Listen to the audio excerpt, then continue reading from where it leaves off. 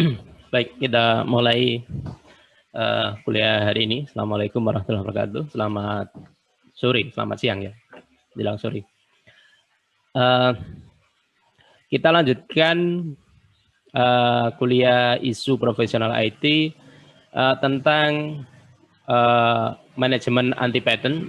Tetap sama, saya gunakan slide-nya dari Pak Maulidan. Jadi ini manajemen anti patent versinya Brown.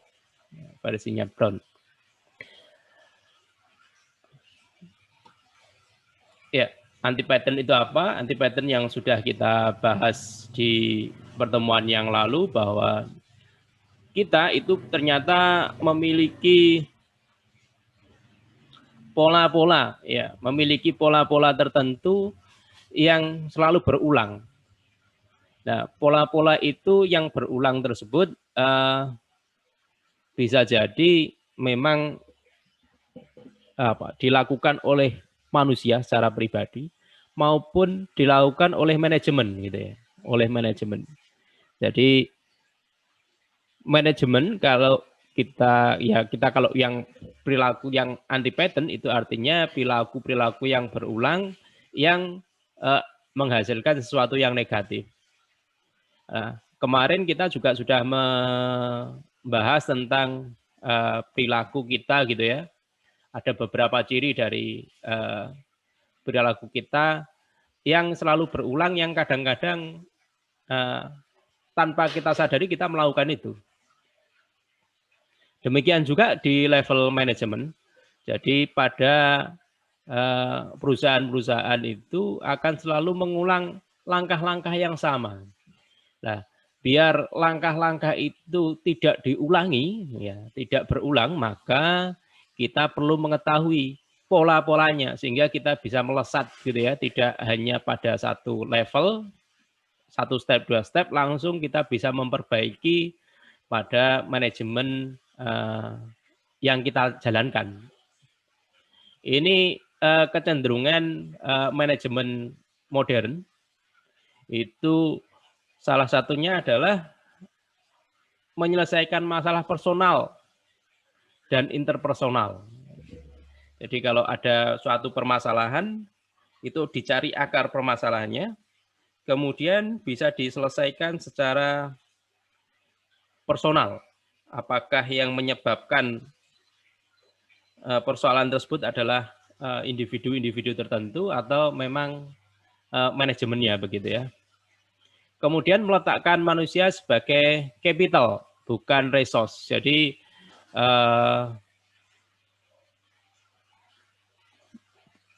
manusia itu ya bukan resource dari perusahaan, dia tidak merupakan resource-nya perusahaan, tetapi bagian dari tim, begitu ya,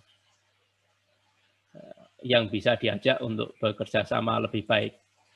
Kemudian metode komunikasinya tidak terbatas oleh ruang dan waktu. Ya, kita sudah tahu eranya memang sudah mendukung yang demikian. Kemudian hal-hal yang menjadi halangan dan mengurangi produktivitas mulai dieliminasi, misalnya message change, middleman, rantai pesan, begitu. Jadi bisa langsung diakses sehingga pesannya bisa langsung masuk ke individu-individu. Yang selanjutnya yaitu mulai mendidik manusia atau anggota timnya tadi agar dapat menyelesaikan masalah-masalah pribadinya, interpersonalnya, tanpa intervensi dari manajemen. Kemudian manajemen yang modern itu fokus pada 3 hal, yaitu software proses, resource management, dan external relationship. Menurut Brown, ya, manajemen anti patent itu akan dibagi menjadi banyak ini, seperti yang Anda lihat. Yang pertama, analisis paralisis. Kemudian death by planning. View graph engineering. Kita lihat yang merah-merah dulu ya. Kemudian intellectual violence. Email is dangerous. Fear of success. Yang sifatnya merah-merah yang kita lihat ini sifatnya personal. Terjadinya anti pattern itu terjadi pada seseorang. Jadi kesalahannya itu terjadi pada seseorang. Kemudian ada anti pattern namanya concop. Concop itu dibagi menjadi beberapa bagian. Anakronis, kemudian slide lining, bonus monster, ini masuk ke loose cannon. Nanti apa loose cannon kita bahas satu persatu di antara slide-slide yang ada. Tweet, lalu ada firebrand, corporate shark gitu ya. Ini disebabkan karena karir. Lalu ada lagi teknologi bigot, maniak pada satu fanatik terhadap satu teknologi, egomania, kemudian teritorial concop, sabutur.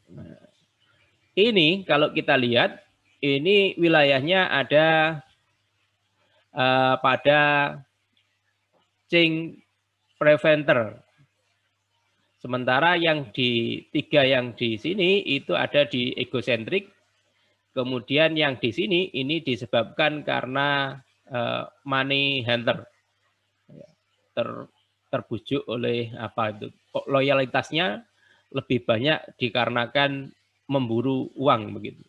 Kalau yang terakhir ini dikarenakan loyalitas yang kurang. Sementara yang di atas yang warnanya apa ini? Warna agak kehijau-hijauan, kuning kehijauan ini terjadi anti pattern yang terjadi karena manajerial. Yang pertama through it over the wall, fire drill, the feud, smoke and mirror, irritation management, project management, lalu ada bagian blowhard jamburi. Nah, kita lihat satu persatu definisinya seperti apa. Jangan-jangan kita juga ketika belajar kelompok atau membuat grup itu ada di antara ciri-ciri ini. Kalau kita sudah tahu nanti ada solusinya juga. Solusinya apa? Tetapi biasanya orang ketika mengetahui bahwa dia berada di anti pattern tertentu, maka reaksinya ada 3. Ya. Yang pertama menolak. Menolak itu, oh enggak, saya enggak merasa seperti itu. Bukan saya enggak seperti itu, enggak seperti yang dicontohkan itu. Saya lebih baik. Ya, menolaknya biasanya begitu. Lalu avoid, menjauh. Nah, karena dia sudah tahu bahwa dirinya begitu, menjauh dari lingkungan. Lingkungan yang menyadari bahwa dia memiliki sifat yang salah satu sifat jelek tadi, sifat anti pattern tadi. Dan mencari lingkungan baru yang belum mengerti sifatnya dia. Kemudian yang nomor 3 tentunya ini yang lebih baik, yaitu admit, mengetahui fakta dan fokus pada perbaikan. Kalau sudah tahu, oh kira-kira saya menderita, menjadi salah satu pasien yang menderita penyakit anti pattern, saya coba untuk memperbaiki diri. Nah, ini yang paling baik. Nah, mestinya kan nomor 1 pertama menolak dulu. Seseorang biasanya begitu. Kemudian mestinya dia menyadari, ya menjauh sedikit, kemudian kembali lagi kalau masih ada niatan untuk baik begitu ya. Kemudian dia menerima dan mengakui fakta. Ini hampir berlaku di semua orang. Kalau Anda mendengar kabar buruk begitu ya, mendengar kabar buruk, pasti Anda akan menolak. Kemudian lama-lama akan menerima dan move on. Ya, move on. Move on artinya kita akan siap dengan hal-hal baru, langkah-langkah baru, mana yang perlu diperbaiki. Semua hal buruk manusia dan akan mengalami atau pada tahapan-tahapan itu, yaitu tahapan menolak terlebih dahulu. Menolak dari kenyataan. Ini contohnya yang pertama tadi analis paralisme. Maksudnya apa? Paralisis itu ketika kita mengerjakan proyek atau mengerjakan tugas saja, tugas kuliah, overthinking dalam desain. Overthinking itu baik itu di dalam arsitektur desain maupun UX desain.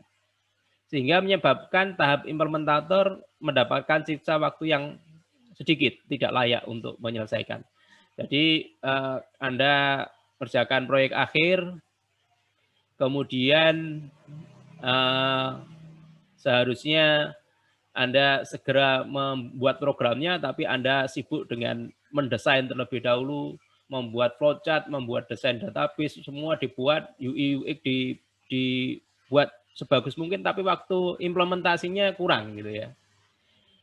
Bisa jadi karena bangga bahwa dia punya kemampuan untuk menganalisa, menunjukkan diri bahwa dia bisa untuk menganalisa, dan kurang berpengalaman di dalam implementasi, codingnya kurang. Yang kedua, ya tadi kurang pengalaman dalam berproyek. Yang ketiga, ingin mencapai status prefect. Nah, ini perfeksionis orangnya biasanya. Di tahap desain, masalahnya dia hanya perfeksionis di tahap desain.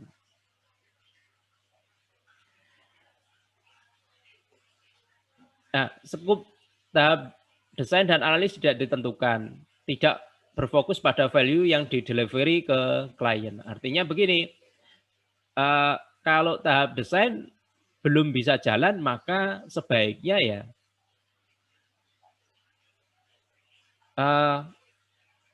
bukan sebaiknya. Kalau misalnya dia membuat sesuatu, kemudian sesuatu value utamanya itu tidak diutamakan, tetapi malah aksesorisnya yang diperbaiki gitu ya. Contohnya begini. Ini solusi untuk analisis paralisis, yaitu menerapkan iterative development. Ya. Kemudian disiplin dalam menerapkan standar quality assurance. Misalnya pakai McCall, standarnya McCall. Maksudnya iterative development itu adalah kalau kita membuat aplikasi, jangan seperti membuat yang di atas ini. Kita membuat mobil, tahapannya roda dulu, rodanya buat dulu, dan seterusnya, sampai rodanya mobilnya lengkap baru diserahkan ke user. Tapi kita lihat tahapannya apa. Kalau kita membuat aplikasi, misalnya aplikasi ini aplikasi untuk melihat tabel apa ini, tabel perkembangan, enggak tahu perkembangannya saham begitu. Gunakan tahap yang bawah, asal bisa jalan dulu. Ini buat kalau fungsinya adalah untuk transportasi, ya dibuat skateboard dulu. Bentuknya skuter dulu, sepeda motor dulu, baru mobil. Artinya begini, kalau aplikasinya itu fungsinya untuk melihat tabel perkembangan saham misalnya, dibuat saja datanya itu bisa mengambil data perkembangan saham tadi. Tidak usah di dalam bentuk grafik dulu. Grafisnya jangan dipersiapkan dulu. Di akhir, fungsi pokoknya yang dijalankan. Nah, ini untuk mengatasi analis paralisme. Ya, analis paralisme. Ini mungkin Anda bisa berhasil di tahap-tahap mengerjakan tugas kuliah. Tugas kuliahnya tidak jadi, fungsi utamanya tidak jadi, tampilannya diperbagus, aksesorinya diperbagus sampai dosennya terpesona dengan tampilannya begitu, tapi fungsi utamanya tidak jalan. Itu pribadi yang analis paralisme. Kemudian yang kedua, date by planning. Ini yang masalah anti pattern yang personal ya. Ini over planning. Hampir mirip dengan analis paralisme tadi. Ini over planning dalam membuat timeline. Detail, kompleks, tiap task. Dan contingency plan. Penyebabnya adalah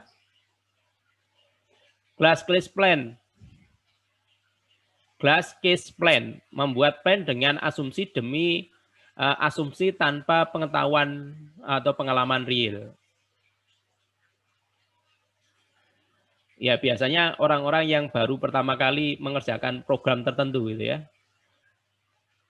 Detailist plan, membuat plan dengan over detail, bahkan berusaha mencakup semua kemungkinan, padahal realitanya yang akan terjadi hanya satu dari semua kemungkinan itu diterima. Anda buat semua kemungkinan, Anda buat, kemudian padahal pada kenyataannya mungkin hanya satu atau dua yang bisa diterima. Jadi intinya, death by planning itu planningnya terlalu detail, implementasinya yang kurang, waktu implementasinya yang kurang gitu ya. Solusinya apa? Solusinya adalah memecah mendelivery menjadi komponen demi komponen. Jadi satu task, satu pekerjaan itu dibagi menjadi pekerjaan-pekerjaan yang lebih kecil ke subprogram.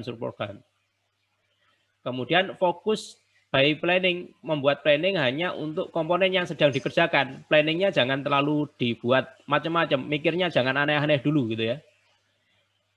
Planning yang kecil-kecil aja segera dilaksanakan. Kalau planningnya terlalu besar, terlalu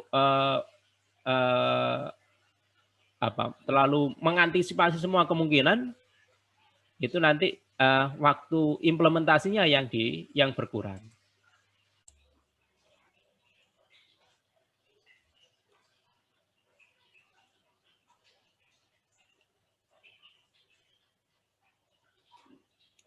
Yang selanjutnya yaitu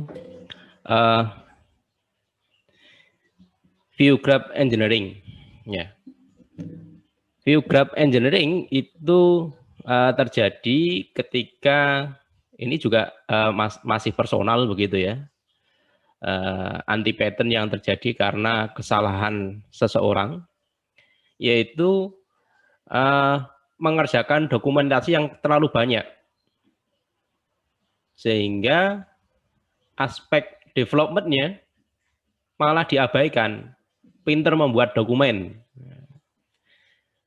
Kadang-kadang cenderung memaksa developer untuk terlibat di dalam membuat dokumen. Jadi ciri-cirinya rajin banget begitu membuat dokumen, tetapi programnya tidak jadi-jadi gitu ya. Penyebabnya apa? Ya karena dia terlalu memikirkan dokumen, mindset dokumen oriented gitu ya. Mindsetnya dokumen oriented. Yang kedua, fobia akan perbedaan persepsi dari desainer ke implementation. Ketiga, keinginan kuat untuk menerapkan knowledge management melalui dokumen. Jadi dia khawatir nanti kalau dikembangkan dan seterusnya, ada tim yang berubah, maunya dia bisa dialihkan atau dirubah kalau dokumennya lengkap. Tapi bisa jadi karena memang dia rajin di dalam pembuatan dokumen, atau bisa jadi karena rajin di bidang dokumen sehingga development-nya kurang gitu ya. Development-nya kurang. Solusinya bagaimana kalau kita terjebak di situ? Solusinya adalah menerapkan prototype. Ya, jadi setelah membuat prototipe yang ada, kemudian segera diterapkan seperti yang sudah kita lakukan kemarin. Anda sekarang kan menerapkan prototipe pada tugas yang sebelumnya. Prototipenya dibuat jelas, detail. Menerapkan iteratif development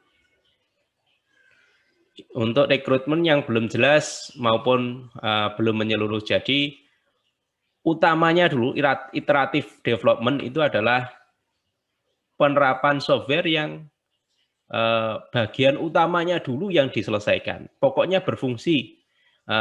Bagian kecil-kecilnya nanti fitur-fitur yang mendukung, fitur yang mendukung di-develop di akhir.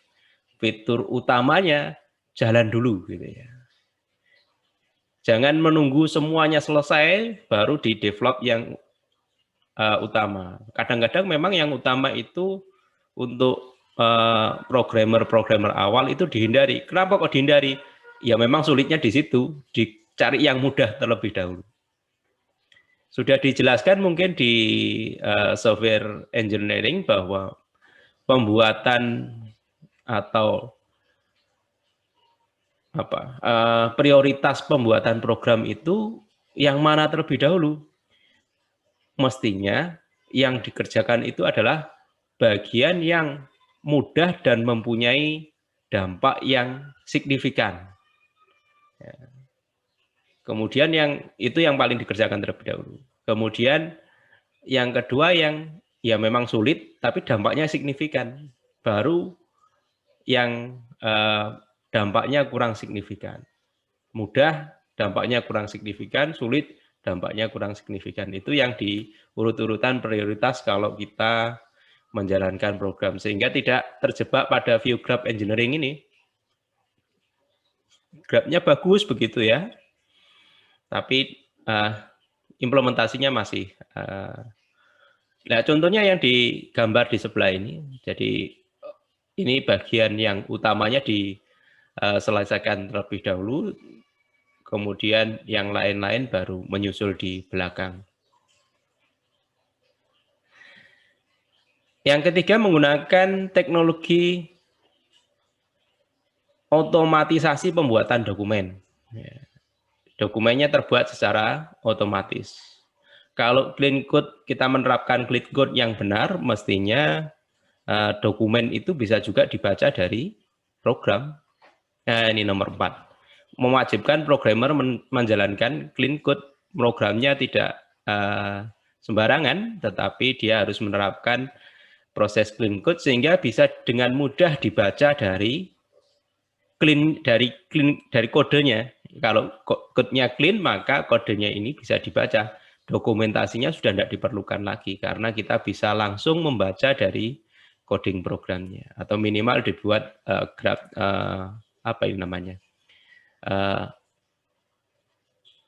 hubungan antar kelas yang semacam ini sehingga dia bisa dibaca. Dokumentasinya cukup dengan graph yang seperti tadi. Kemudian yang antipatin berikutnya yaitu intellectual violence. Ini membangun konflik verbal kepada kolega di dalam tim dengan menggunakan pengetahuan istilah expert dengan tujuan intimidasi. Kadang-kadang ada orang-orang yang menunjukkan bahwa dia bisa dengan cara bagaimana? Dengan cara membuat istilah-istilah baru, ya, menggunakan istilah-istilah baru biar orang lain itu tidak tahu gitu ya, dia membicarakan apa, seakan-akan dia yang paling pinter gitu ya. Dia menggunakan istilah expert dengan tujuan apa? Mengintimidasi teman-temannya tadi. Kamu itu lo tidak bisa, saya itu lo bisa. Ada istilah baru selalu digunakan gitu. Sehingga yang lain, nah ini kalau tidak segera diantisipasi, Anda jadi Vicky Prastio gitu ya.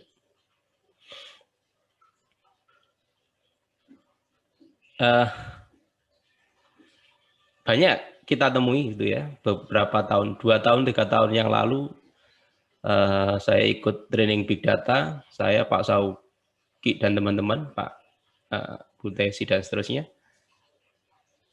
Kita training ternyata trainernya pengetahuannya kurang begitu, tetapi dia selalu menggunakan istilah-istilah expert, kadang-kadang tidak tepat expertnya gitu ya.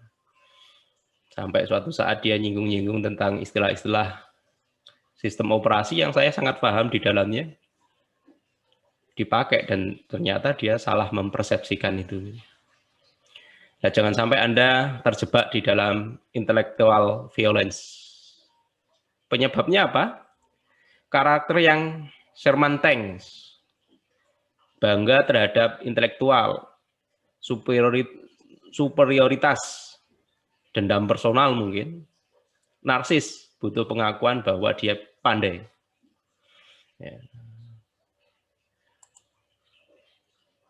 Solusinya bagaimana? Jangan-jangan kita sudah masuk ke situ, kita bangga terhadap istilah-istilah baru yang baru kita kuasai, tujuannya bukan kita kesulitan untuk mengungkapkan sesuatu, tetapi karena pengen diakui bahwa kita bisa, atau pengen mengatakan, oh teman-teman kita itu loh belum bisa gitu ya. Solusinya adalah memahamkan ke seluruh anggota tim bahwa kadar kemampuan manusia itu berbeda-beda. Ada yang memang berbakat begitu ya, belajarnya cepat. Ada yang memang tekun.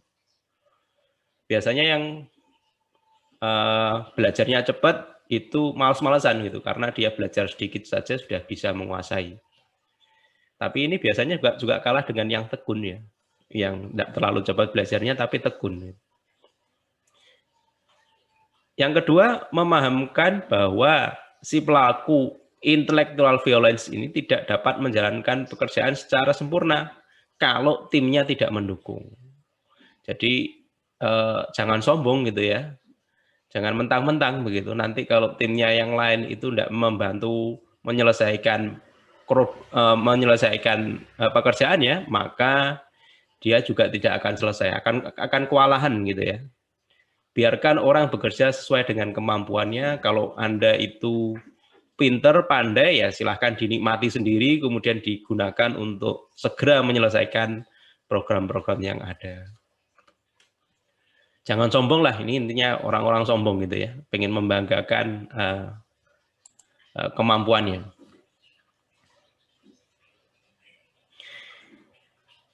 Anti-pattern berikutnya adalah email is dangerous. Itu menggunakan media berbasis teks untuk membahas hal-hal sensitif. Misalnya hal-hal yang mengandung emosi, kemudian informasi konfidensial, dan sebagainya. Jadi ada hal-hal yang sebaiknya itu dibahas dengan cara tatap muka langsung. Jangan menggunakan teks, karena begitu kita berkomunikasi dengan teks, maka komunikasi nonverbalnya tidak tertangkap, emosionalnya, nada bicara, kemudian suasana itu juga tidak dapat ditangkap oleh lawan bicara, sehingga banyak menimbulkan kesalahpahaman. Kalau hal-hal penting harusnya kita bahas secara face to face, kita diskusikan bareng-bareng.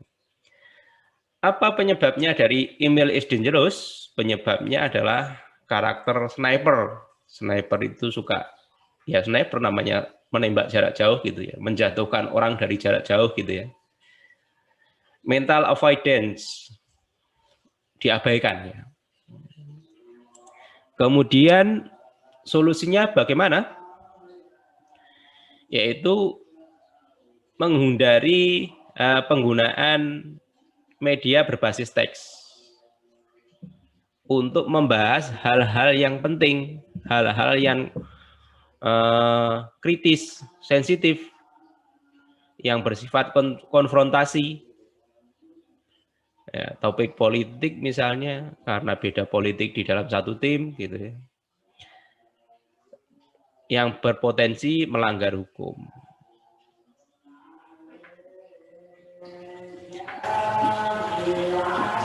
Kemudian yang kedua, ya sering-sering melakukan meeting untuk membahas hal-hal penting tadi.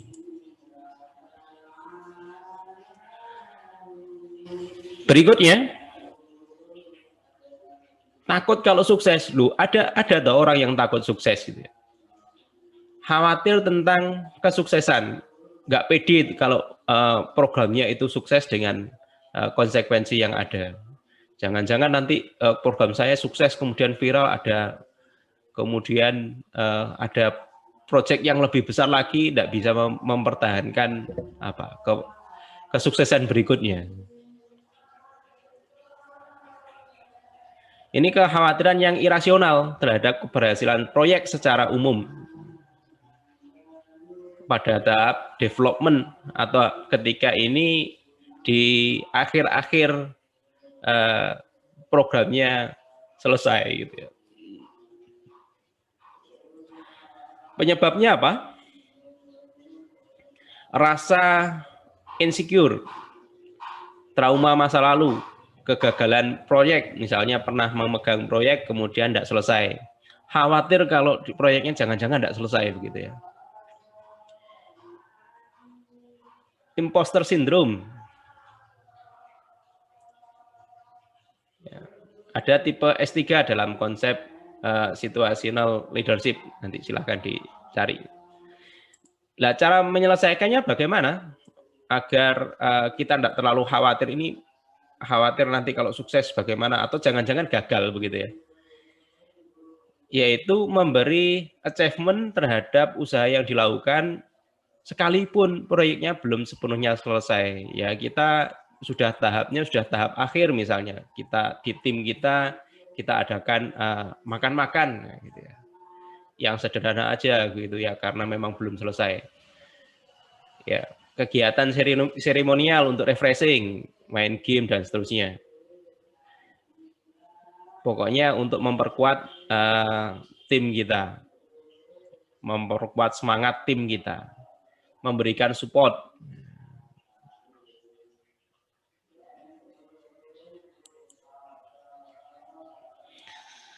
Itu tadi fear of success, kemudian anti pattern yang bonus yang sifatnya banyak yang bisa dipecah-pecah lagi, itu konkop.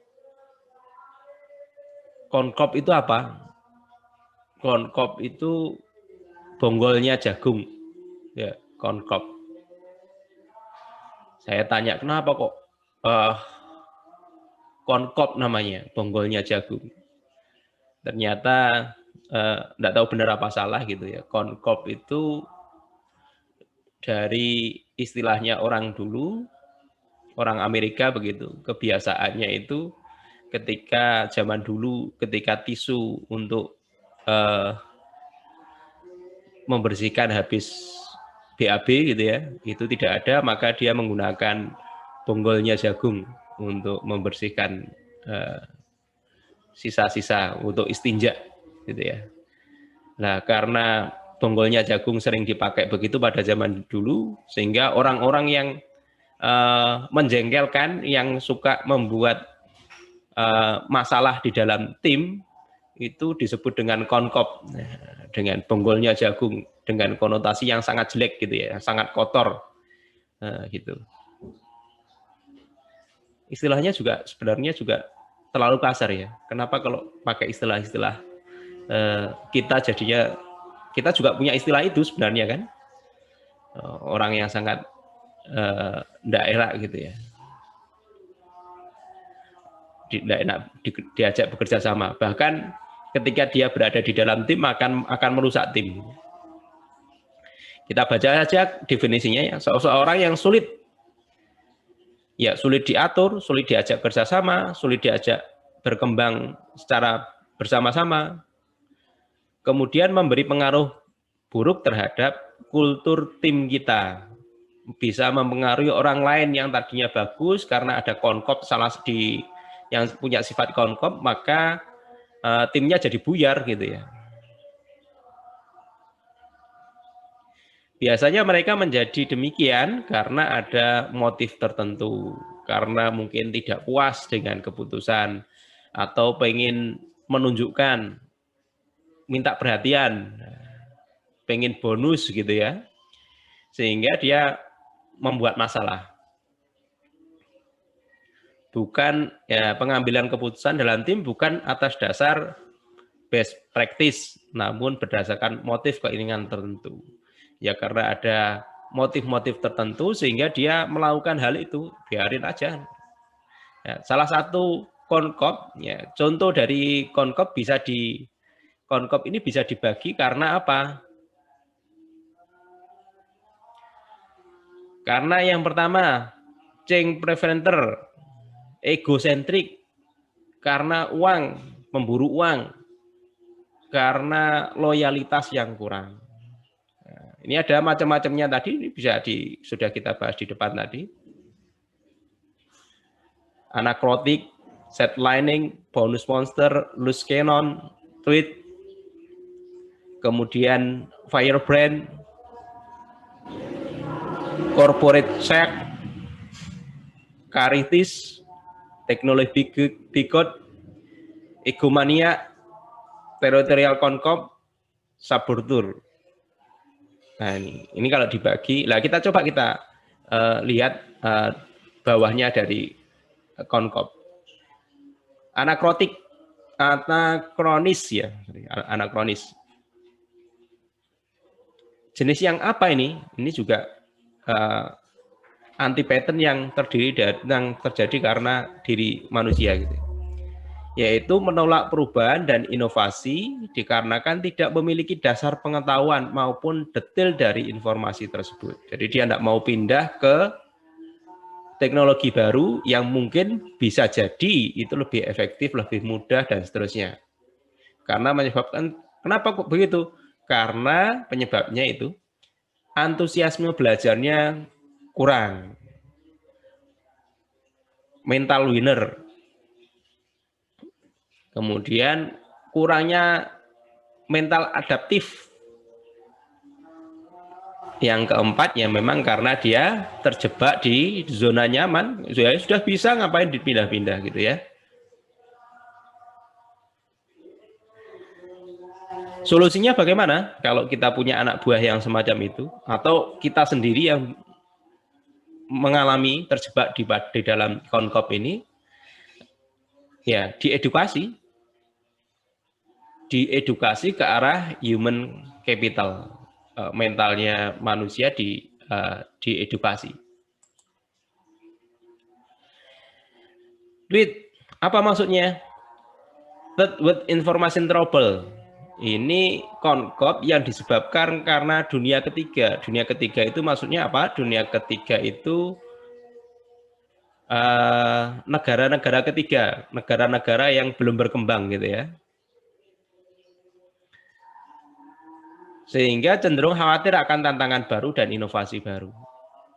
Ya mungkin karena dia dari desa begitu ya, IT-nya kurang, informasinya kurang, kemudian khawatir terhadap kemampuan dirinya. Ya penyebabnya apa? Kurangnya wawasan, minder gitu ya. Tidak punya pandangan visioner, nyaman di dunia, sama tadi, nyaman di dunia nyaman, terjebak di zona nyaman. Solusinya bagaimana? Membangun kepercayaan diri, memberikan pendampingan secara emosional, khususnya jika dia dalam pengelolaan stres. Jangan-jangan nanti kalau ditambah dimotivasi dan seterusnya tambah stres gitu ya. Kemudian kita dekati secara personal. Kalau kita jadi manajer dari orang yang punya permasalahan, dia datang dari dunia ketiga gitu ya, dari desa gitu. Kemudian sudah pernah kita bahas selanjutnya teknologi bigot. Teknologi bigot itu menolak perubahan karena teknologi yang dikenalnya sudah sangat dia kuasai, sehingga dia kalau udah itu enggak mau gitu ya. Menolak semua hal yang baru karena dia sudah menguasai yang lama. Bisa jadi penyebabnya adalah kedekatan dengan teknologi tertentu. Misalnya dia sudah kerjasama dengan salah satu vendor, sehingga dia cenderung untuk memakai dan mempertahankan itu mati-matian karena memang dia dapat insentif dari vendor tersebut. Yang kedua terpengaruh efek marketing. Solusinya bagaimana? Ya, solusinya sering diajak jalan-jalan, maksudnya keluar dari teknologi yang dia pakai. Diajak seminar, disuruh melihat teknologi-teknologi baru, melihat pameran, ya, menambah referensinya dia. Sidelining. Ini tipenya adalah Concom yang cenderung meminimalisir tugas yang diberikan, baik secara kualitas maupun kuantitas. Kenapa? Karena ada agenda tersembunyi. Kemudian mungkin karena sifat malas. Karena memang ada tipe-tipe tertentu gitu ya. Artinya kalau kita diberi, contohnya, contoh yang paling mudah, diberi tugas menyelesaikan tugas akhir oleh pembimbing, maka dia menawar. Jadinya seperti ini Pak, apa ini kalau diberi semacam ini boleh apa enggak, dan seterusnya seperti itu. Nah, ini dikarenakan apa? Ya karena males. Solusinya bagaimana? Question the question. Corrective interview, sorry. Friendly outplacement. Reduction in force. Ya, kita pertanyakan kembali kenapa kok dia mengurangi gitu ya. Kemudian dibuat apa ya? Rencananya diperbaiki. Ya. Penyelesaian programnya itu diperbaiki. Tujuannya apa untuk masing-masing task yang diberikan. Jadi meminimalisir tugas. Yang selanjutnya adalah egomania. Ini karena ingin jadi primadona. Ya.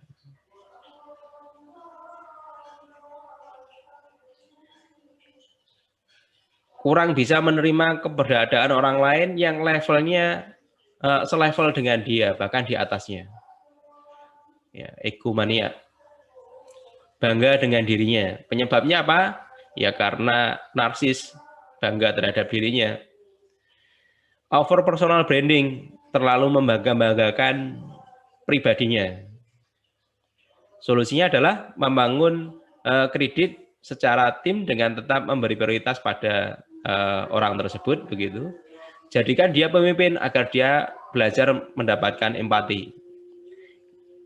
Diberi tugas yang banyak begitu ya, yang sekiranya dia bisa mampu untuk menyelesaikan. Selanjutnya adalah firebrand. Firebrand ini menciptakan masalah palsu yang dibuat sendiri, kemudian dia seakan-akan menjadi pahlawan karena dia sudah bisa menyelesaikan masalah tersebut.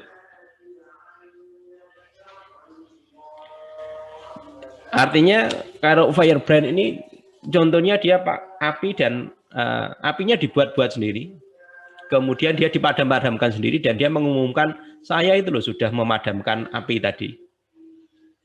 Ada masalah kemudian ditutup-tutupi gitu ya. Bukan ditutupi masalahnya. Ada suatu permasalahan yang dibuat kemudian seakan-akan dia bisa menyelesaikan. Misalnya error pada program sehingga menyebabkan keterlambatan delivery. Lalu disolusikan pula oleh dia sendiri, tujuannya ingin dikatakan bahwa dia pahlawan, bahwa programnya sudah bisa diselesaikan. Tadi ada error besar, ada yang harus saya rubah, begitu ya. Nah, itu namanya firebrand. Penyebabnya apa? Keinginan menutupi kekurangan. Mungkin programnya belum selesai secara sempurna, begitu. Dia menutupi mengatakan bahwa programnya harus memikirkan ada error tadi, gitu. Padahal tidak ada error. Sudah diselesaikan dirinya sendiri. Oh, tadi ada error, sudah saya selesaikan. Oh, kalau tidak saya selesaikan, oh bisa berbahaya ini, gitu ya. Keinginan akan terlambat bekerja. Yang ketiga, narsis, gitu ya. Solusinya bagaimana? Terapkan iteratif development, lakukan pengawasan harian. Orang-orang yang punya masalah semacam ini, yang biasanya cerita banyak tentang hal yang tidak ada gitu ya, dilakukan pengawasan secara harian.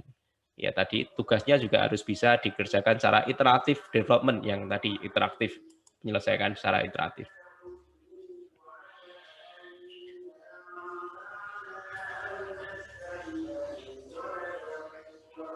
Ini selanjutnya corporate shark.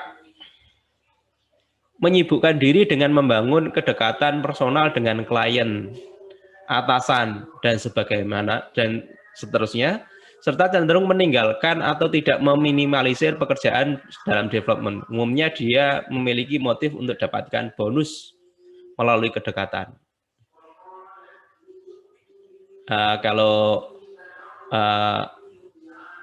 istilahnya orang Jawa gitu, bahasa Jawanya ngatok gitu ya, mencari kedekatan terhadap orang atasan secara personal ke klien, biar apa? Biar dia menonjol, biar punya dia kedekatan, biar ada. Penyebabnya apa ini? Penyebabnya karena pengen mendapatkan bonus, menghindari development. Solusinya apa? Sibukkan orang tersebut dengan tugas-tugas yang banyak, biar tidak sempat untuk menonjolkan diri atau ini. Hati-hati dengan bonus monster. Bonus monster itu pekerjaan, dia hanya mau melakukan pekerjaan kalau ada bonusnya. Sebenarnya bahasa Jawanya juga ada ya, mata duiten gitu ya. Kalau enggak ada bonusnya, ya kita bekerja memang untuk uang, tetapi kan tidak selamanya ada hal-hal yang tidak bisa dihargai dengan uang begitu ya. Solusinya gimana? Hilangkan sistem bonus.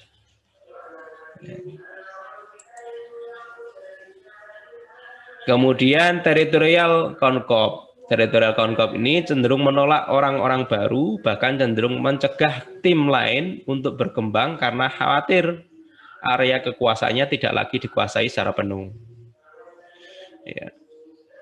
Ya takut dengan orang lain gitu ya. Penyebabnya apa? Rakus, inferior, khawatir akan post power syndrome. Solusinya, pahamkan bahwa konsep regenerasi, kita tidak selamanya ada di tim tersebut, harus berkembang dan beregenerasi. Berikan padanya target, target self actualization yang baru.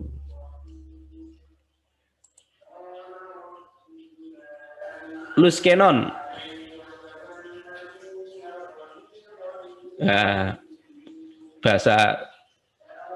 Bahasanya sudah ada, kata kuncinya sudah ada, ember gitu ya istilahnya sekarang. Berpotensi untuk menyebarkan rahasia perusahaan maupun citra perusahaan menjadi buruk. Dalam tingkat yang lebih kronis, dia bahkan melakukan hal tersebut untuk keuntungan pribadi. Ya, suka menceritakan kejelekan dari perusahaan atau tim.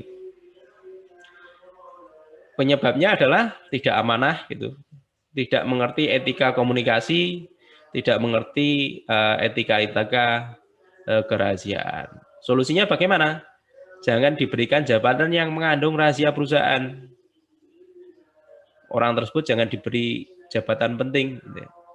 Selalu batasi informasi dari perusahaan untuk orang tersebut. Perketat aturan perusahaan di dalam kerahasiaan perusahaan gitu ya. Kariris berupaya mempengaruhi kebijakan tim maupun perusahaan dengan preferensi pribadi, umumnya karena ada agenda tersembunyi untuk mengejar keuntungan pribadi. Pokoknya dia punya agenda tertentu, kemudian dia mempengaruhi perusahaan untuk agar sesuai dengan kebutuhannya dia, agendanya dia. Penyebabnya apa ya? Karena keuntungan pribadi, mengejar keuntungan pribadi. Saboteur, concop yang mempunyai misi sabotase agar proyeknya gagal gitu ya. Loh ada gitu ya. Ya biar nanti keuntungan ke dia. Setidaknya memiliki peluang keberhasilan yang sekecil mungkin.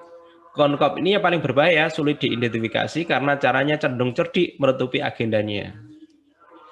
Dia mungkin mangkel gitu bahasa Jawanya, tidak dapat bonus dan seterusnya.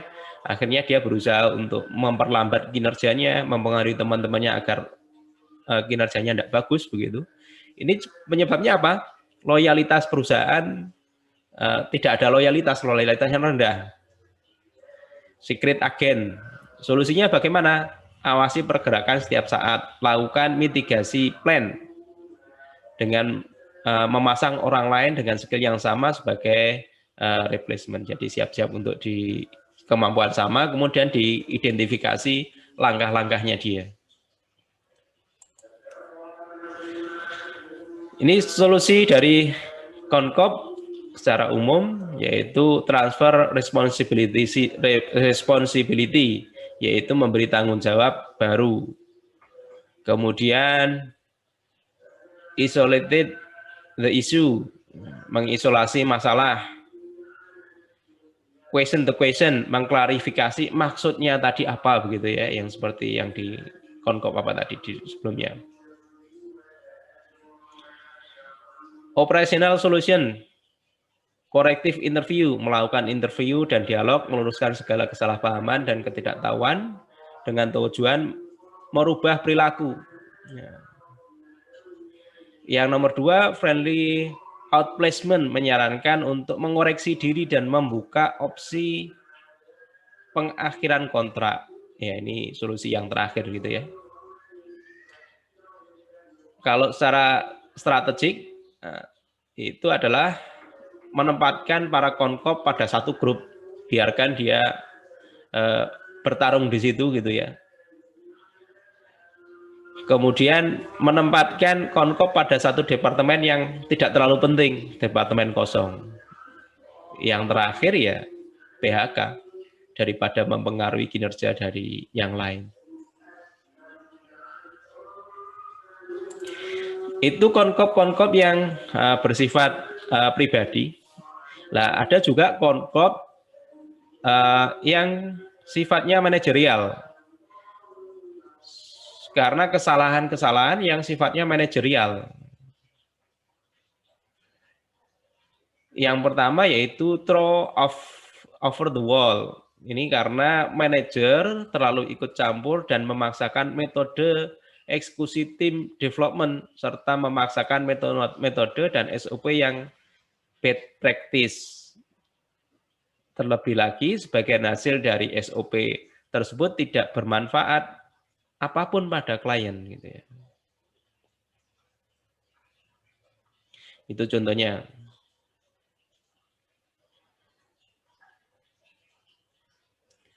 Contohnya ada manajer yang memaksakan, silakan dibaca itu. Buat dokumen SKPL, DPPL dulu ya, untuk sebelum codingnya dikerjakan.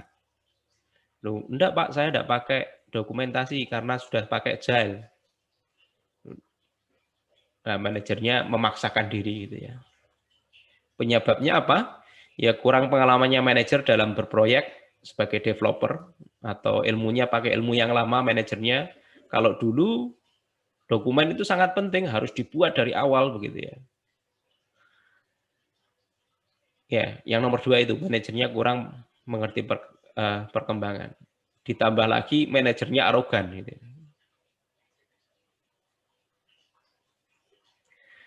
Kemudian yang nomor 4 ya sama saja sebenarnya, fanatis terhadap metode tanpa mempertimbangkan keadaan dia.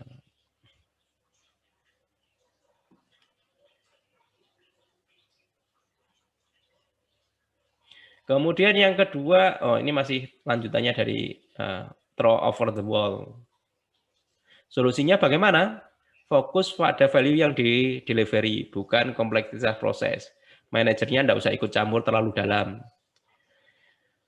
Manajer harus lebih banyak belajar dan mengenal berbagai macam opsi metode development dan SOP dari perusahaan lain. Lebih melibatkan klien sebagai kodev.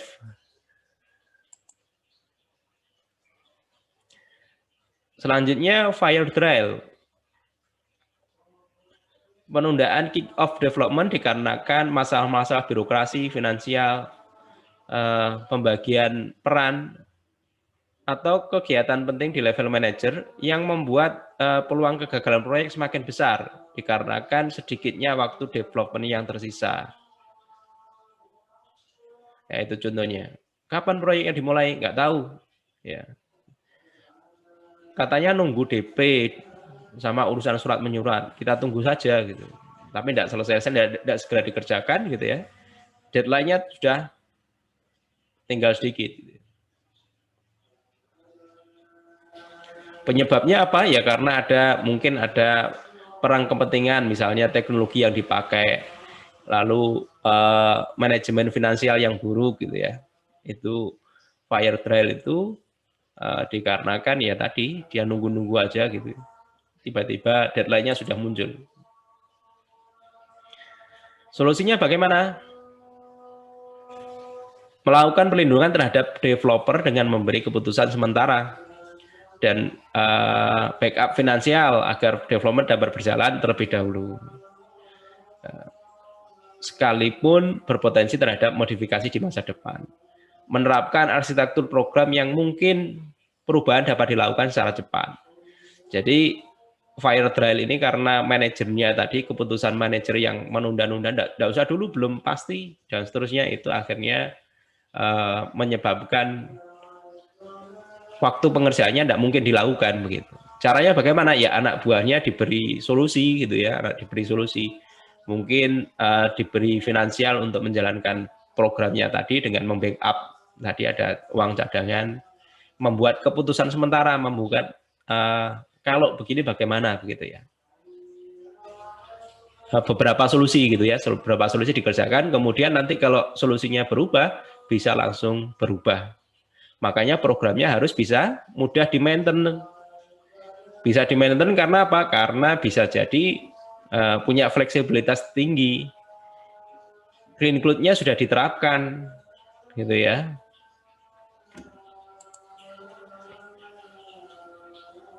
Feud. Perang antara manajer yang menimbulkan environment buruk pada tim dan tidak ada kejelasan arahan proyek. Ya manajernya satu dengan yang lain saling berkelahi gitu ya, tidak satu pendapat. Penyebabnya apa? Perang kepentingan, ada egoisme, ketidaktegasan pemimpin tertinggi. Manajernya berkelahi, anak buahnya yang jadi korban. Solusinya bagaimana? Ya tadi, hubungan emosionalnya ditingkatkan dengan mengadakan misalnya rekreasi atau makan-makan begitu ya.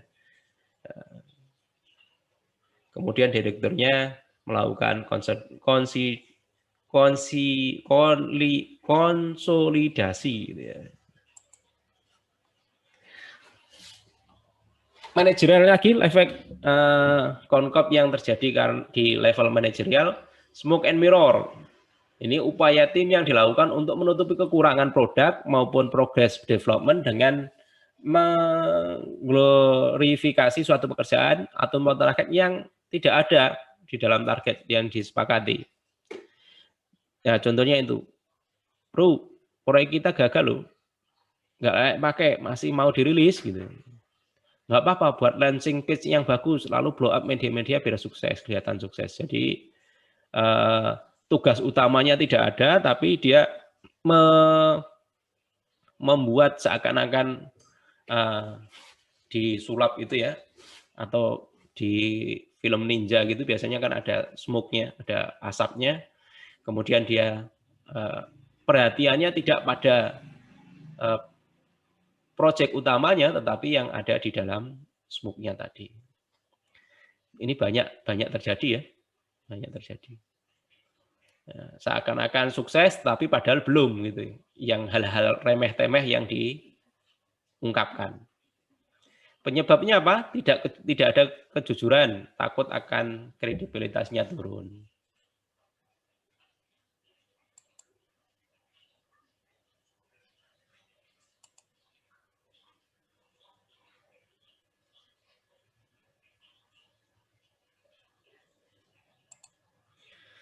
Solusinya bagaimana? Menerapkan manajemen ekspektasi dalam proses development.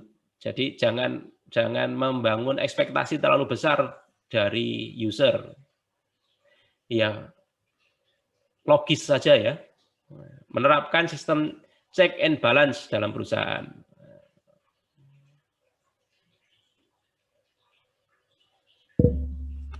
Ya, manajemen ekspektasi harus dijaga agar tidak terjadi smoke and mirror.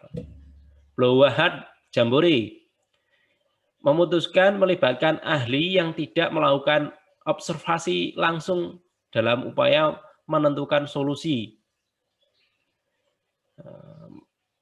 metode maupun teknologi yang tepat untuk dipakai di dalam development. Pada akhirnya solusi dan saran yang diberikan adalah sebuah bad practice dan berakhir pada kegagalan.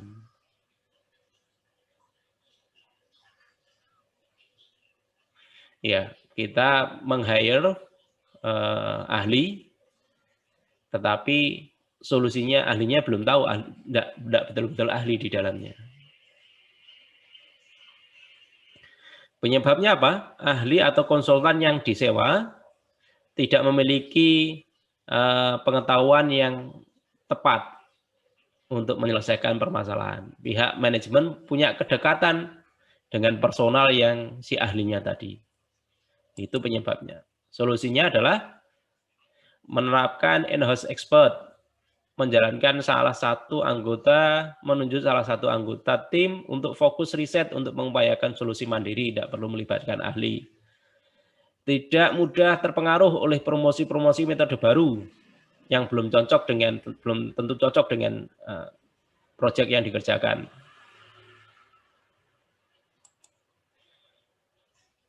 Selanjutnya adalah irrational management, lemahnya manajer dalam skill management, sehingga semua proses berjalan tanpa basis ilmu dan data, serta menghasilkan kultur yang irasional, pada akhirnya menimbulkan negatif di dalam environment negatif di dalam tim. Contohnya itu manajer A, proyek saya bagaimana Pak? Manajernya, ini rekrutmennya buat programnya yang clean, UI-nya yang bagus ya untuk minggu depan. Kemudian prototipe-nya sudah dikembangkan, manajernya UI-nya kok jelek, programnya belum clean. Nah, kamu tidak bakat ya? Manajemen yang lemah di dalam memanage. Penyebabnya apa? Tidak ada pertimbangan kapabilitas anggota, baik keunggulan maupun kelemahannya. Manajer tidak paham SQA atau di dalam proyek standar kualitinya. Manajer tidak memberikan clear objektif kepada anggota, tidak ada tujuan yang jelas. Komunikasi manajer dengan tim tidak efektif. Solusinya bagaimana? Solusinya adalah manajernya suruh belajar, menyampaikan tugas-tugas yang jelas. Ya. Yang ketiga, membuat kesepakatan secara komunikasi yang efektif melalui tatap muka, langsung, laporan, dan seterusnya. Membuat dataset mengenai kemampuan anggotanya sehingga dia harus tahu masing-masing kemampuan masing-masing anggota. Miss Project Management, ini minimumnya kompetensi manajer akan skill software proses development yang menyebabkan proyeknya berulang kali gagal. Ya. Manajernya kurang berpengalaman. Penyebabnya ya kurang berpengalamannya berproyek, naif, berpikir bahwa dengan menguasai teori-teori software development saja sudah cukup untuk menjalankan proyek. Tidak punya koleksi pengalaman gagal gitu ya, failure story pada setiap elemen dan dalam software development.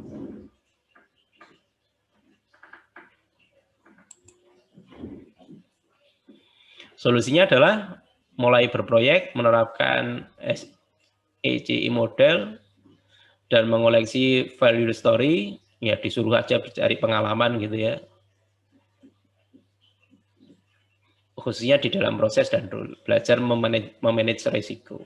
Jadi kalau kita lihat pemetaannya dari Concop, itu ini solusi pemetaan Concop, tactical operational strategic gitu ya, bisa dilihat di masing-masing ini.